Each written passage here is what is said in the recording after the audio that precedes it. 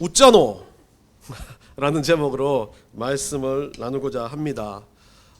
예전에 한번 이 말씀을 어떤 그 교회에서 나눴던 말씀인데요. 다시 생각이 났습니다. 그래서 이 말씀을 여러분과 나누기를 원합니다. 이유는 그래요. 제가 참 요번 지난 주간, 지지난 주간 느꼈던 게, 제가 인생을 살면서 목사가 아닌 그냥 한 성도로 제가 생각한다면, 제가 인생을 살면서 늘 언제나 어떤 결정을 할 때가 되면 다른 생각보다 어쩌지? 왜? 웃자노라는 생각이 참 머리를 가득 채우고 살아갔던 것 같습니다. 결론 없는데 반복적으로 우찬호를 외치고 있는 내 머릿속의 생각들을 보면서 참 내가 믿음이 부족한 사람이구나라는 생각을 하며 또 이 말씀을 다시 떨쳐보게 됐던 겁니다. 제가 사는 거창이란 동네는 아주 작은 시골이었습니다. 근데 이 동네는 거창 중심으로 강이 흘렀고요. 그리고 그 주변에 이제 사람들이 살아가는 동네였습니다. 인구도 그렇게 많지 않은 그래도 많죠.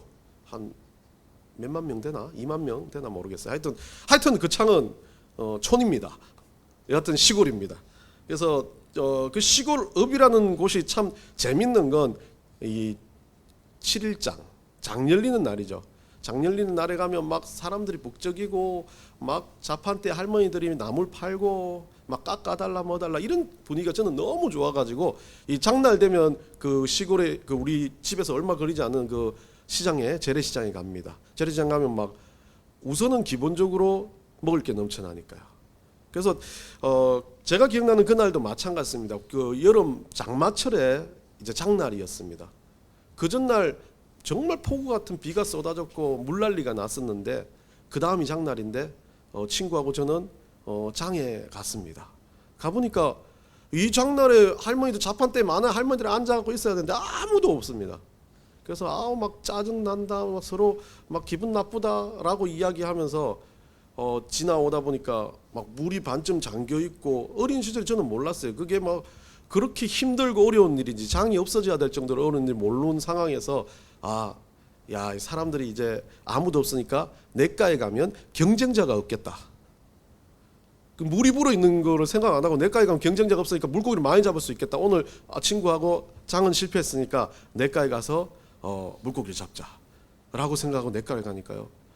그 강이 원래 그렇게 깊지 않은 강이었고, 이 보통 옆쪽으로 물이 불어가지고 이 제방을 쌓는 데까지 물이 넘쳐나는 그런 상황이었는데, 친구하고 저는 어린 마음의 기회다. 오늘 대박을 터뜨리자라고 생각하고 내과에서 족대를 들고 와서 물고기를 잡았습니다.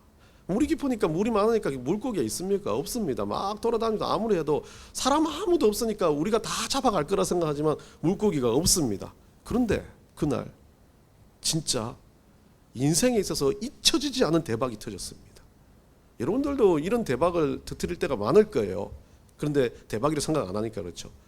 하수구에서 물이 펄펄펄 나오는데 그 옆에 손바닥만한 붕어들이 막 한 100마리 넘치 올라가고 있는 거예요. 그 하수구 앞에서. 그 똥물 나오는 그쪽에서요.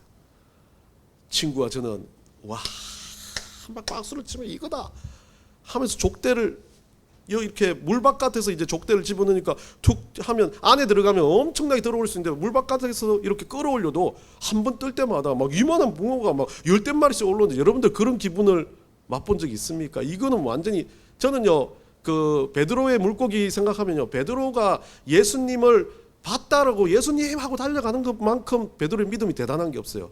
물고기가 막 거물이 짖을 정도로 올라오는데 이거에 미쳐가지고 사람이 정신이 없어야 되는데 예수님 봤다는 건 그건 대단한 믿음이에요. 저는 그 시절에 만약에 물고기를 잡는데 예수님 앞에 있으면 못 봐요. 저리 가 아저씨 이렇게 될 거예요. 근데 막 그렇게 끌어올리고 있는데 우리 친구가 욕심이 났나 봅니다. 들어가려고 들어가서 그걸 엎으려고 안으로 들어가다가 애가 팍 꼬꾸라지는 거예요. 너무 놀랐습니다. 막 그 똥물에 시커먼 막 그 하수구 물하고 그 황토 물하고 섞였는데 그게 훅 잠겼는데 애가 빠졌으니까 나와야 되는데 안 나오니까 전 죽었다고 난리가 난 겁니다. 족대를 이렇게 들고 가다가 족대를 잡으면 될 텐데 이걸 놓고 이렇게 빠져버린 거죠. 그게 약간의 미끄러지듯 들어가는 웅덩이였는 모양입니다. 막 저는 앞에서 들어가지도 못하고 웃자노 제 마음속에 막 친구를 어떻게 하지라는 생각이었는데 안 나오는 게 어떡합니까?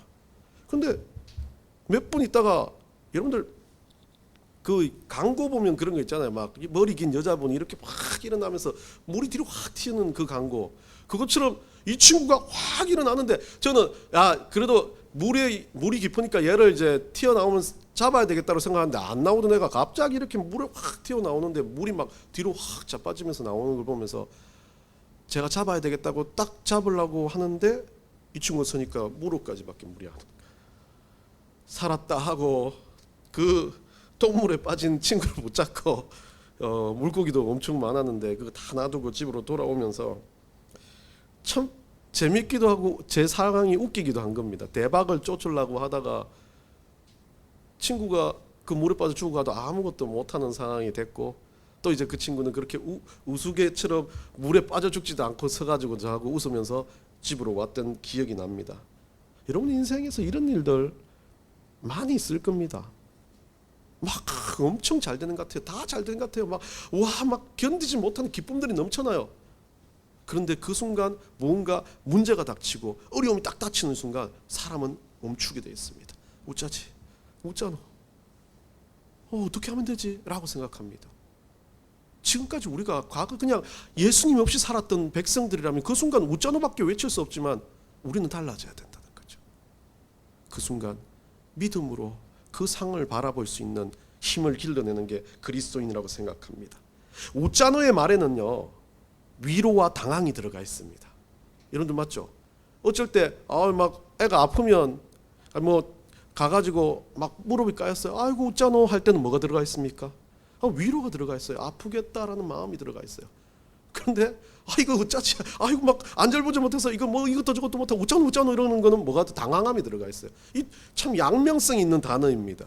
이 웃자노 안에 이 경상도의 웃자노 안에는 그렇기 때문에 정말 하나님이 주시는 은혜가 들어가 있어요. 우리 인생에 가장 당황스러울 때, 우리 인생에 가장 웃자노 외치면서 하나님 나 이거 어떻게 해요? 라고 외치는 그 순간에 하나님의 위로가 들어간다는 거예요. 우리 하나님이 웃자노 해주시는 거예요. 내가 하는 웃자노가 아닌 우리 하나님이 웃자노를 해주신대요. 우쭈쭈를 해주신다는 거죠. 예, 우쭈쭈는 광고는 아니지만 쭈꾸미집인데 여하튼 그 웃자노 앞에서 우리는 정말 언어적인 유의지만 잘 생각해 봐야 됩니다.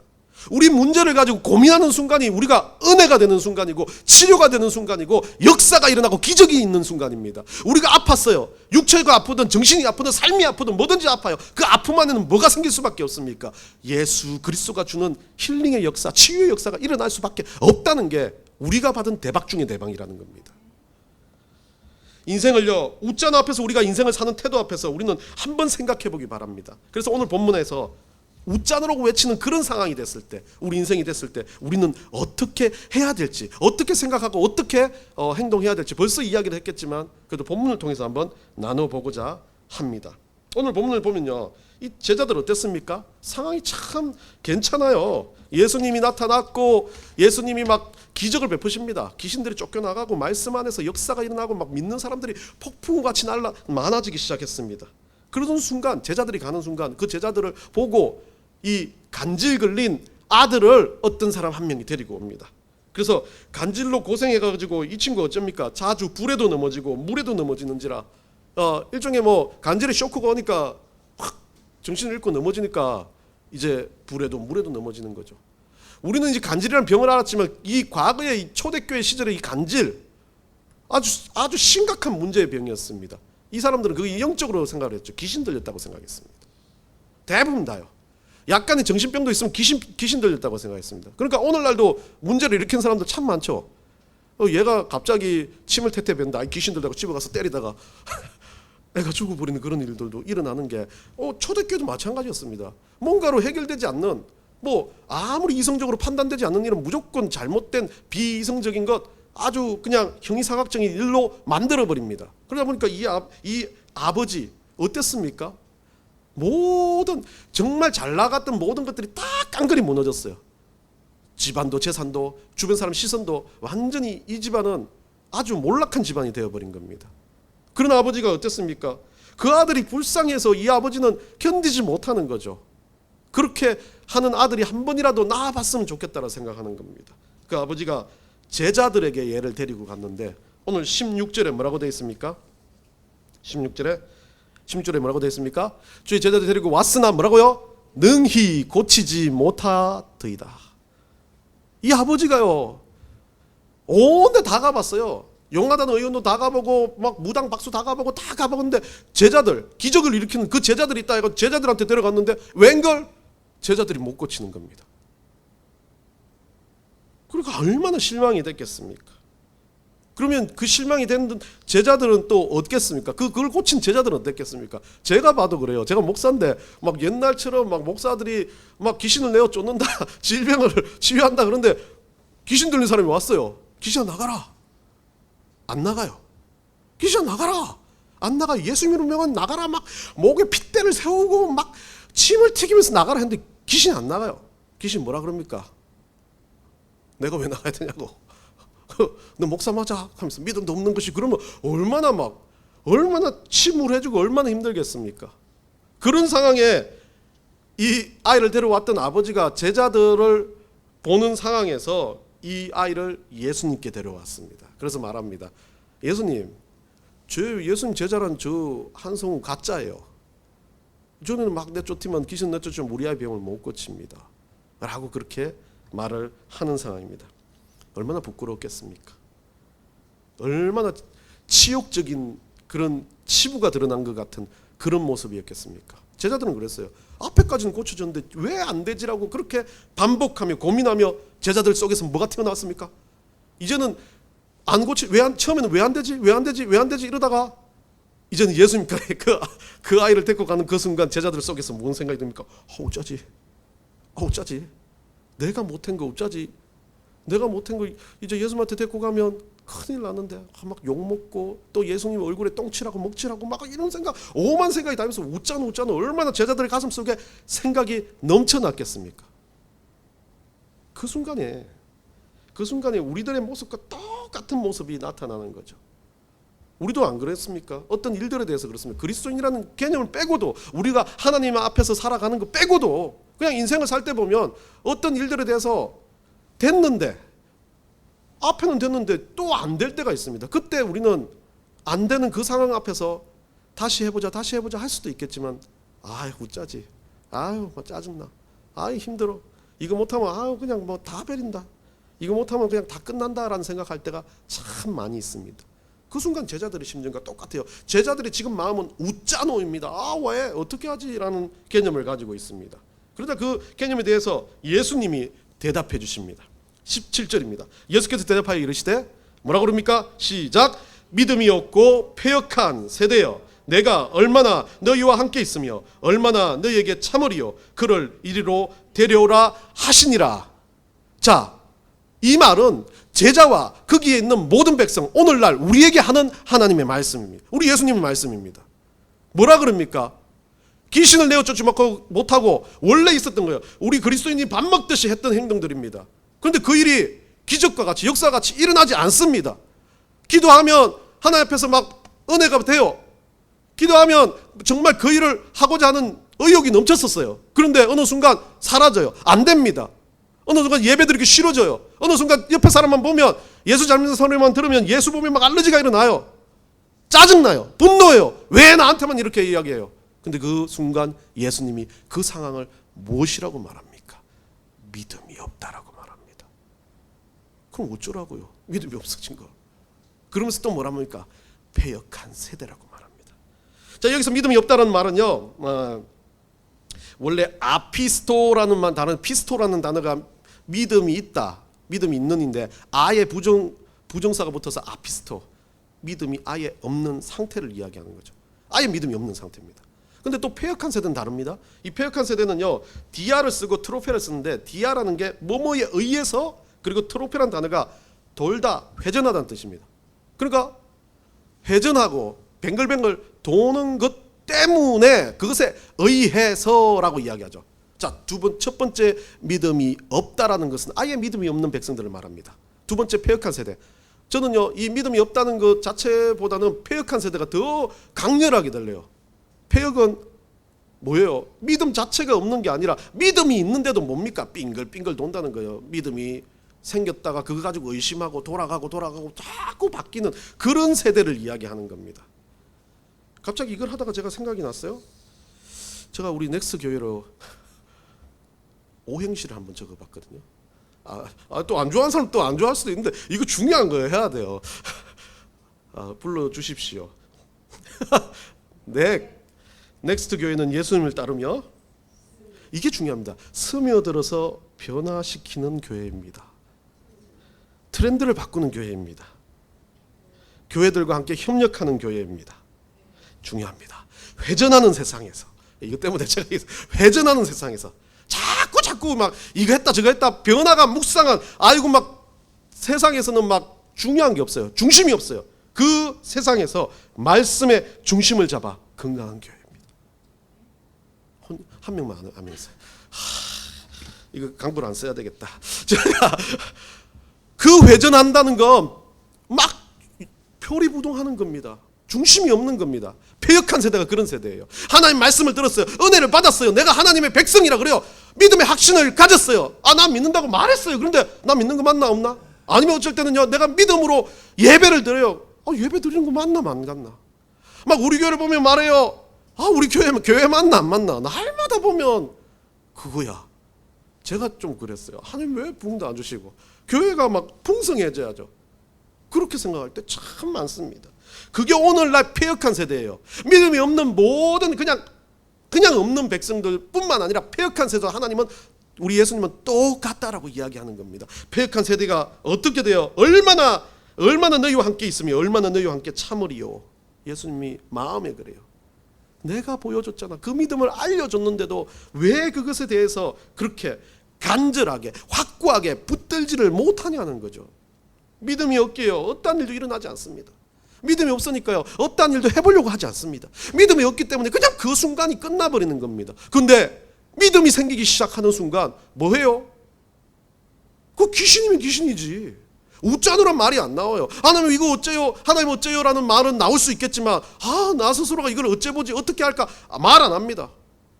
진짜 믿음이 생기는 순간 웃자노 하지 않습니다. 하나님 주시는 웃자노, 우쭈쭈만 생각합니다. 하나님 주시 해결해 주시겠지. 우리 하나님께서 힐링해 주시겠지. 변화시켜 주시겠지. 만져 주시겠지. 아니, 변화가 안 돼도 좋습니다. 그 상태로 나는 좋은 걸 어떻게 해요? 그게 바로 웃자노라는 거죠. 예수님 그거 원하는 겁니다. 폐역한 세대가 그냥 폐역하게 머무는 것이 아니라 그 폐역함을 뒤집는, 그 폐역함을 회전시켜버리는, 디아가 빠져버리고 진짜 그 안에 트로페가 들어가 회전을 해가지고 우리 주님이 원하시는 믿음의 자리에 서는 것, 그것을 이야기하고 있습니다. 우리가 믿음이 없이 웃자노를 외치는 건 이 폐역한 세대의 습관입니다. 왜 이러지? 왜 이렇게? 왜 나한테만 이래? 왜 나같이 이렇게? 나 열심히 했는데, 나 최선을 다했는데 왜 나한테만 이러냐고. 우리 하나님 앞에 그렇게 말하는 것, 그거 싹 다 웃자노입니다.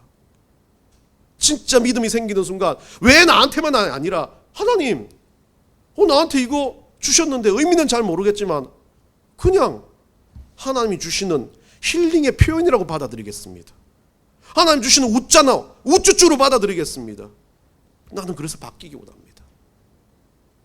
회전하는 것처럼 바뀌는 게 아니라 진짜 주님 안에서 변화가 일어나기 원합니다. 그렇게 바뀐다면요, 그 순간에 모든 문제의 웃자노는 사라져버립니다.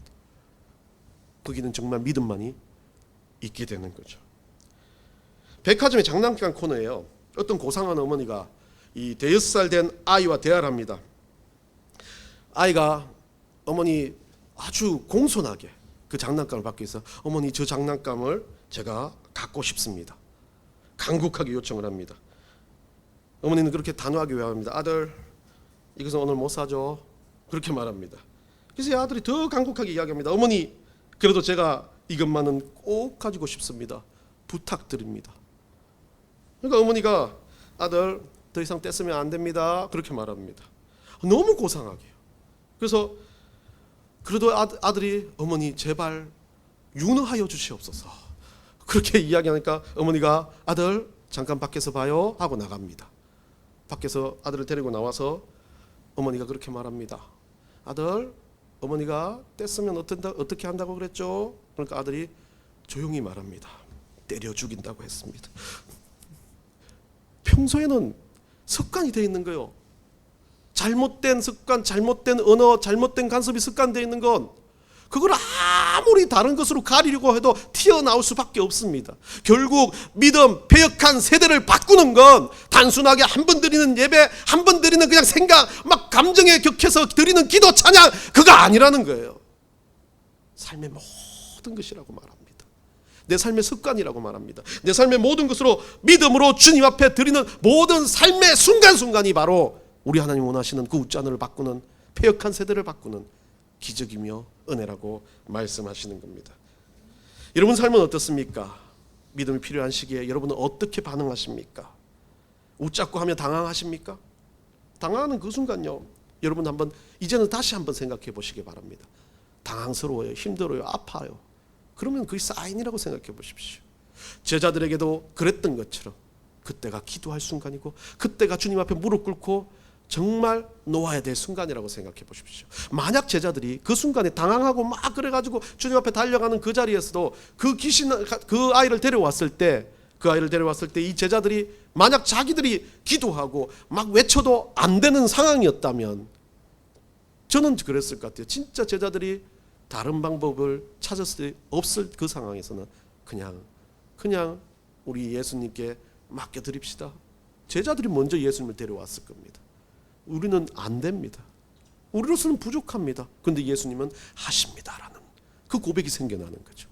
만약 이 장면이 그 아버지가 와서 저들은 능히 고치지 못하더라다가 아니라 이 제자들이 그 아이를 붙들고 짊어지고 우리 주님이 고치십니다라고 바꿨다면 아주 엄청난 역사의 장면이 될 뻔했지만 그래도 우리 하나님께서는, 우리 예수님께서는 이 말씀을 통해서 우리에게 알려주십니다. 우리는 똑같다고요. 우리도 웃자노 할 거라고요. 우리도 힘들어할 거고 미워할 거고 질투할 거고 실수할 거고 아무런 이유 없이 방황하기도 할 거라고 말합니다.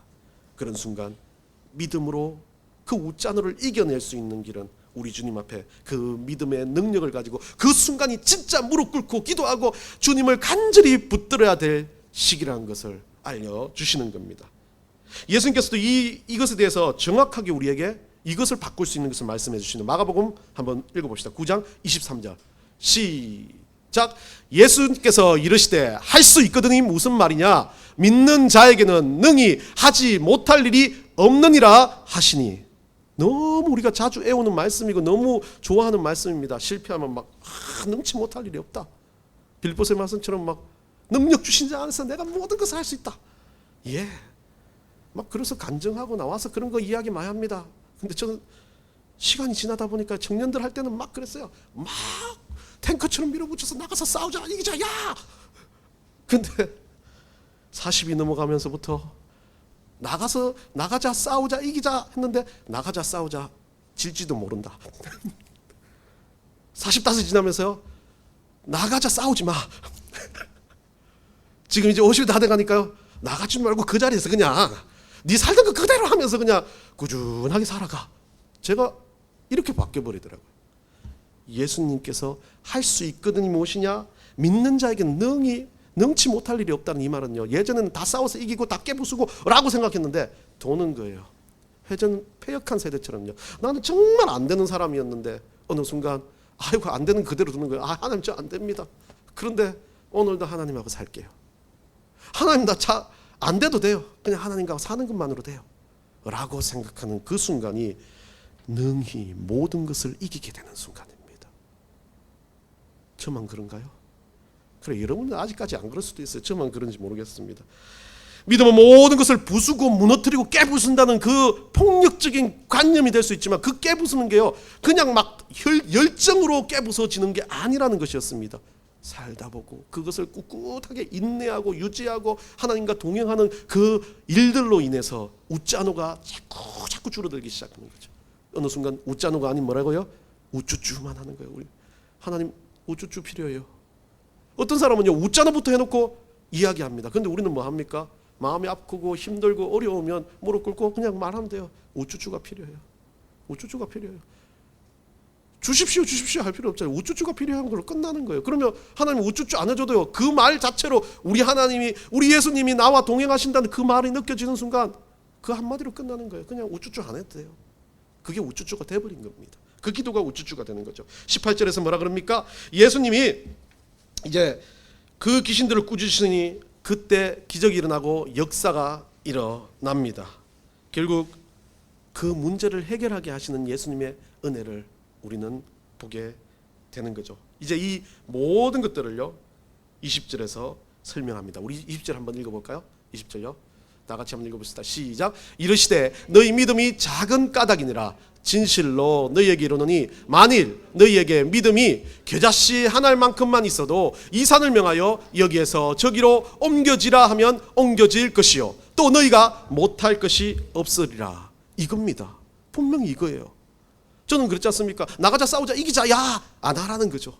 그거 안 해도 됩니다. 그냥 주님 앞에 신겨져 서 있으면 됩니다. 우리는 작아요. 겨자씨가 어느 만합니까? 여러분들 이 아세요? 이? 여러분 벼룩 많이 나오는데 벼룩 아세요? 아 벼룩이 아니죠. 그 빈대. 빈대보다도 조금 더 작아요. 빈대만한 그 정도 수준입니다. 그 정도 수준이 되는 손톱의 반에 한 요 정도 되는 겨자씨에 새까맣게 해가지고 그게 땅바닥에 심기면요 이 중동 근처에 있는 이 겨자씨들이 몇 미터가 자라면 거의 4미터 거의 많이 자라는 건 5미터도 자란다는데 4, 5미터 정도 자랄 정도로 큰답니다. 둥치가 이렇게 된 그 씨 하나리 겨자씨는 그겁니다. 그런데 사람들은요 이 겨자씨만한 믿음이 성장하고 자라가고 하는 것들을 보고 뭐라고 말합니까? 그 겨자씨의 능력을 생각합니다. 뒤에 뭐만 생각합니까? 겨자씨처럼 크게 나무가 된 자라난 나무만을 생각합니다. 그런데요 그 나무를 생각하기 전에 우리는 언제나 씨앗입니다. 언제나 씨앗과 같은 존재입니다. 하나님께서 허락하시는 아주 미천하고 작은 존재들. 그래서 언젠간 천국에 갔을 때 그 나무와 같이 엄청난 풍성한 나무가 된다는 그 결론을 위해서 가는 거지. 이 땅에서 겨자씨 나무처럼 엄청나고 풍성하고 대단하고 능력 있고 막 누구를 다 세상을 자기 발 아래 두는 사람처럼 살아간다면 그거는 믿음의 성장이 아닙니다. 내가 나무와 같이 세상을 우러러 보고 살아가는 사람이라 할지라도 나는 늘 겨자씨라고 생각하는 사람이 진짜 믿음을 가진 사람이라는 거죠.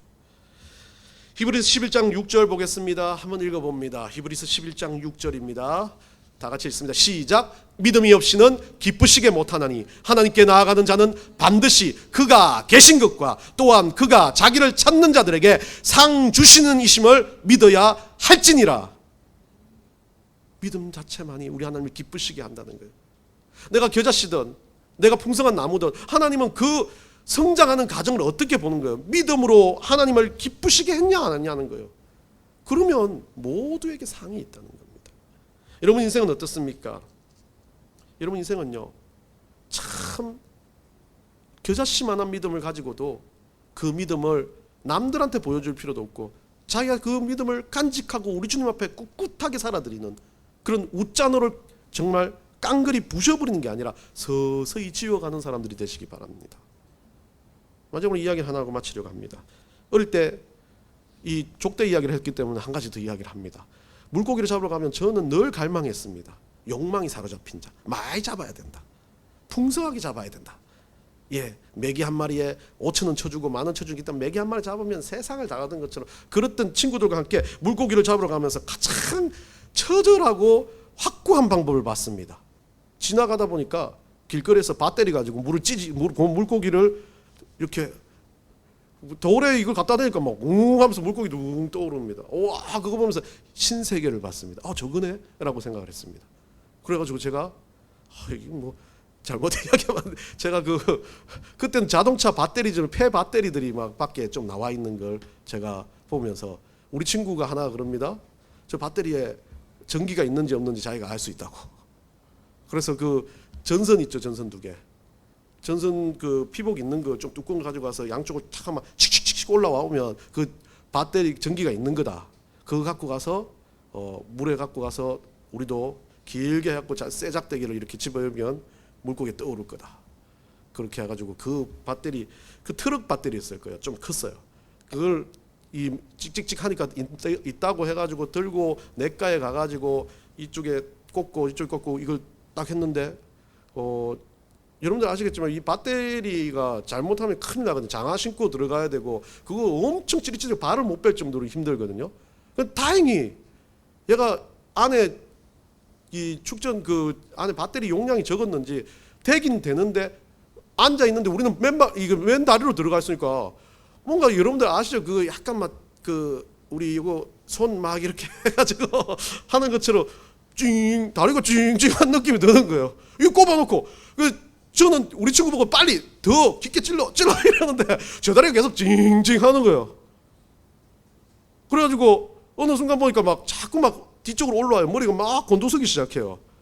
안 되겠다 싶어서 우리 친구 보고 들어가니까 우리 친구 딱 들어가 있더만 제가 한번 찡 찌니까 얘가 한번 나를 쳐다보더만 야 이거 전기 온다 하지 말자 라고 그래가지고 집으로 터들터들 돌아오면서 순간 드는 생각이 야 그러면 꽉 차 있는 배터리를 갖고 오면 이거 확실하게 잡을 수 있겠다 라고 생각하고 우리 아버지한테 배터리 어디 구할 수 없냐 그러다가 엄마한테 들려서 개패드지 말 뻔했어요. 애가 뭐 이런 그 아버지가 딱 설명해 주더라고. 요즘에 단속한다. 배터리 찢는 거 불법이다. 그래가지고 그만뒀던 기억이 납니다. 근데 왜 이야기를 하냐면 우리 인생은 꼭 이런 것들에 욕망이 가득 차 있어요. 찢어버리면 막 대박처럼 올려오니까 족대로 하는 걸로 만족이 안 됩니다. 뭐로 하는 게 만족이 안 됩니다. 물론 족대가 되고 투망이 되고 기술이 좋아지면 더 큰 배를 사고 이렇게 정당한 방법들로 커가야 되는데 인생의 모든 방법들은요 막 웃자는 하다가 보면 어느 순간 탁 떠오르는 방법이 다들 보면 확 막 찢어지고 확 막 깨부수고 이런 방법들밖에 생각이 나지 않는다는 겁니다. 근데 믿음의 성장은요 겨자씨 하나 할 만한 믿음이 성장해 가는 방법은요 단계적으로 족대에 열심히 땀 흘리고 나면 투망을 던질 수 있게 되고 투망을 던질 수 있게 되면 또 다른 방법도 생각나겠처럼 그런 잡는 방법들이 점차 정직하고 다양하고 그 땀에 의해서 녹아지는 역사가 일어난다는 거죠. 웃자노의 결과는 그겁니다. 웃자노가 지워지기 시작하는 순간 나에게 성장이 남아지는 건 그냥 대박을 터뜨리는 게 아닙니다. 그냥 확 일어나는 게 아닙니다. 천천히 어느 순간 보이지 않게 내가 자라가고 있고 내가 어느 순간 그 물고기들을 쉽게 잡아지는 것, 그 일들을 깨닫게 됩니다. 결국 지금요 제가 아이들 데리고 물고기 잡으러 가니까요 안 줄었어요. 그 시절에 연마했던 족대질은 지금도 엄청나게 잘 하더라고요. 그런데 만약 계속 전기로 찢었다면 우리 아이들한테 내가 정당하게 족대질로 잡는 걸 보여주지 못했을 겁니다. 웃자노가 바뀌는 순간 여러분 가운데 진짜 대박은 그 웃자노가 사라진 자리에 우리 하나님께서 주시는 우쭈쭈가 들어간다는 걸 기억하시며 여러분 한 주간 삶 주님 앞에 믿음으로 살아드리는 삶이 되시기를 간절히 축원합니다.